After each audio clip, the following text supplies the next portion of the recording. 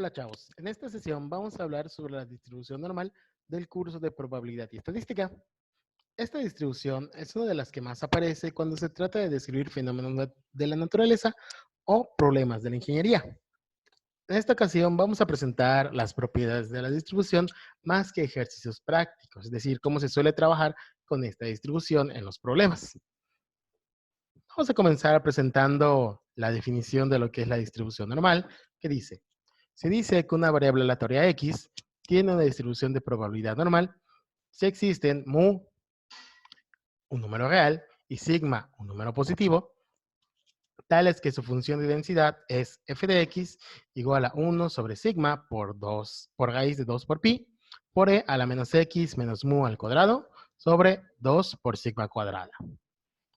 Cuando eso sucede, entonces x tiene una distribución normal con parámetros mu y sigma cuadrada.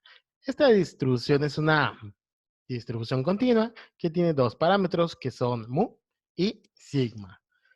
Es una función, como les comentaba al principio, muy útil en la estadística y en problemas de la ingeniería. Y de hecho, una de las primeras cosas con las que podemos iniciar es viendo su gráfica.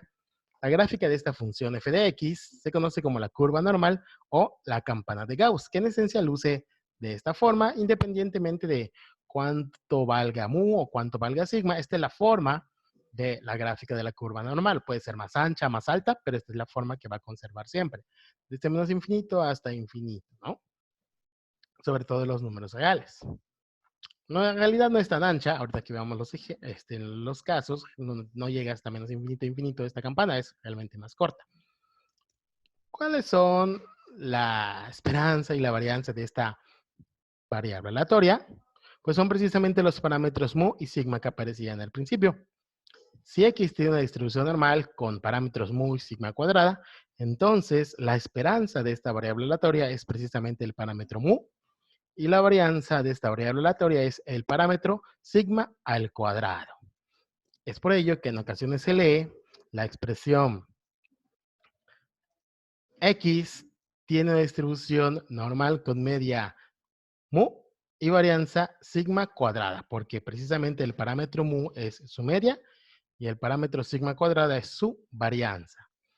A veces te dicen, si x se distribuye de manera normal con media 5 y varianza 100, entonces mu vale 5, y si la varianza es 100, sigma vale 10. Sigma al cuadrado es 100, es su varianza, entonces sigma es su raíz, valdría 10. Vamos a comentar algunas propiedades rápidas sobre los efectos que tienen sobre la curva los valores de mu y sigma.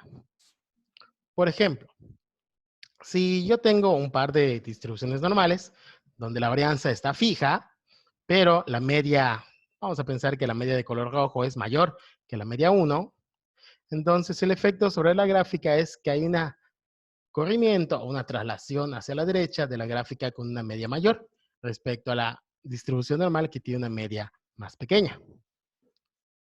Respecto al comportamiento de las varianzas, vamos a pensar que tenemos ahora distribuciones normales que tienen la misma media, es decir, todas están centradas en mu, pero tus varianzas van aumentando. Sigma 1 es más pequeña que sigma 2 y sigma 2 es más pequeña que sigma 3. Es decir, ¿cuál es el efecto sobre la gráfica o de manera visual? ¿Cuál es el efecto que se tiene cuando la varianza aumenta? Y este efecto es el de aplanar la curva. Mientras mayor sea el valor de tu varianza, la curva está un poquito más aplanada. Como se puede ver en esos tres casos, ahí los colores corresponden a los valores de las sigmas. Mientras mayor sea la sigma, la curva está más aplanada. Ahora, esta es una distribución normal. ¿Cómo calculamos probabilidades con distribuciones normales? Recuerde, ¿no?, que si queremos sacar la probabilidad de una distribución que es continua, es decir, la probabilidad de que x se encuentre entre dos valores, x1 y x2, si tienen una distribución normal, eso sería calcular la integral de la función de densidad desde x1 hasta x2, es decir, hacer la integral de esta función. Antes de comentar qué sucede con esta integral, ¿qué representa, no? Si es una integral definida, eso te va a representar el área que hay desde x1 hasta x2 por debajo de la curva normal, por el simple hecho de ser una integral definida y f de x una función que puedes graficar. Entonces, el área bajo la curva normal es precisamente la probabilidad de que la variable se encuentre entre x1 y x2. Pero, ¿qué sucede con esta integral? Esta integral realmente es complicada, no es fácil de evaluar y hay inclusive programas que evalúan esta integral. Y como ya se comentó, pues tenemos muchas posibilidades para los valores de los parámetros mu y sigma. Entonces, pensar en tablas, pues realmente resulta complicado porque necesitarías una tabla para cada valor posible de mu y sigma, lo cual pues no es muy práctico a la hora de trabajar. Tendrías una biblia completamente de tablas para cada valor de mu y sigma y cada posible valor sobre la recta horizontal. Lo que se hace es recurrir a una distribución normal que es aún más especial, que es la distribución normal estándar. Ese es un caso de una distribución normal, sigue siendo una distribución normal, pero se conoce como distribución normal estándar debido a las siguientes características. Pues número uno, ahora en vez de x vamos a reservar nuestra variable z únicamente para hablar de la distribución normal estándar. Es decir, cuando estés en temas de estadística o a partir de este momento, cada vez que veamos o se escriba una z, va a estar reservada para esta distribución especial, la distribución normal estándar. ¿Qué tiene de especial? Bueno, pues que la esperanza de esta variable es mu igual a 0, es decir, el parámetro de la distribución normal vale 0, el parámetro mu vale 0, y la varianza, es decir, sigma al cuadrado, vale 1. Con estos dos valores especiales o particulares para tus parámetros, estás definiendo esta distribución normal estándar, que esa sería su función de densidad. La gráfica, como les digo, todas en las gráficas de la distribución normal lucen de la misma forma, pero pues ahora esta está centrada en mu igual a 0 y realmente estos extremos ya no te llegan hasta menos infinito o más infinito. Realmente las tablas solo llegan hasta el 4 quizás y ahí tienes prácticamente toda el área a calcular. Luego podríamos comentar esto en otra sesión.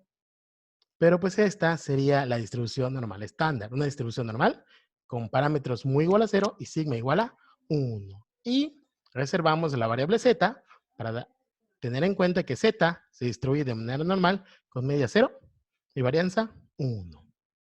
Esta distribución normal estándar, ¿qué ventajas tiene? Eso viene resumido en este teorema. Si x es cualquier distribución normal con media mu, varianza sigma cuadrada, entonces una nueva variable que es z, definida como x menos mu sobre sigma, que es x, es la variable que tiene distribución normal, que es mu, el parámetro de esta distribución, y sigma, la raíz de la varianza de esta distribución. Entonces, si haces ese ajuste en tus variables, esta nueva z tiene una distribución normal estándar. ¿Cuál es la importancia? Bueno, pues esto nos diría que cualquier variable que tú tengas, independientemente de cuánto vale mu, cuánto vale sigma, siempre puedes hacer este cambio de variable y llevar esta distribución normal a una distribución normal estándar. ¿Cómo haces eso? Por ejemplo, si tienes una variable x con distribución normal con media 50, varianza 100, y tú quieres calcular la probabilidad de que esta variable x se encuentre entre 45 y 62, lo que tendrías que hacer en vez de una tabla con mu igual a 50 y sigma igual a 10, pues no necesitas una tabla especial para esto. Puedes utilizar la tabla de la distribución normal estándar si haces este cambio de variable. ¿Cómo vas a hacer este cambio de variable? Necesitarías calcular para esta x, que es 45, sustituir en la fórmula de z con el valor de mu, que es 50, y con el valor de sigma, que es raíz de 100. Entonces, haciendo esta sustitución, obtendrías un primer valor z1, que es 45 menos mu sobre sigma. En este caso, 45 menos 50 sobre 10 te da menos 0.5. Ahorita comentamos para qué nos sirve este valor. Y para el 62, de manera similar. Ese 62, que es la x, para encontrar su equivalente en términos de la variable normal estándar, z, pues habría que calcular x menos la media sobre sigma. En este caso, 62 menos 50 sobre sigma, que es raíz de 100. No lo olviden, no es 100, es raíz de 100. Que sería 62 menos 50 entre 10. igual a 1.2. Entonces, estos valores, en términos de z, de acuerdo al teorema, sirven para que en vez de calcular la probabilidad de esta variable aleatoria x que tiene distribución normal, calcules la probabilidad en términos de una variable z que tiene estos números menos 0.5 y 1.2 que acabas de calcular. Para esta distribución normal es para la que siempre tenemos o podríamos encontrar tablas de distribución. Entonces, para cualquier distribución normal, haciendo este ajuste en tus variables, tienes a la distribución normal estándar, de la cual sí tenemos tablas, y podrías calcular la probabilidad de manera tranquila, geométricamente, que acabamos de hacer. Teníamos a la distribución normal con media 50 y varianza 100, pero al hacer este cambio de variable, recuerda, la curva esencialmente se ve igual, pero hemos cambiado los valores de nuestro eje Z para el cálculo de probabilidades. Esa es la utilidad de este superteorema. Vamos a comentar, para terminar esta sesión, algunas propiedades más de esta distribución normal estándar. Una propiedad importante, que nos va a servir mucho cuando estemos calculando probabilidades de manera operativa, es que el área debajo de toda la curva normal es 1. Es una función de densidad de probabilidad. Otra propiedad importante es que precisamente en muy igual a 0 o a la mitad de la curva tienes un área de 0.5 o ya cubriste el 50% del área. Y en la otra mitad o a la mitad derecha el otro 50% del área. Y a la derecha de muy igual a 0 están los valores positivos del eje Z y a la izquierda los valores negativos de un eje Z, donde puedes encontrar los valores que vimos antes, como el menos 0.5 o el 1.2, para hacer tus cálculos de la probabilidad. Esto sería una pequeña introducción a lo que es la distribución normal. En otro video, pues vamos a trabajar ejercicios prácticos para usar la distribución normal estándar en el cálculo de probabilidades. Nos vemos en otra sesión.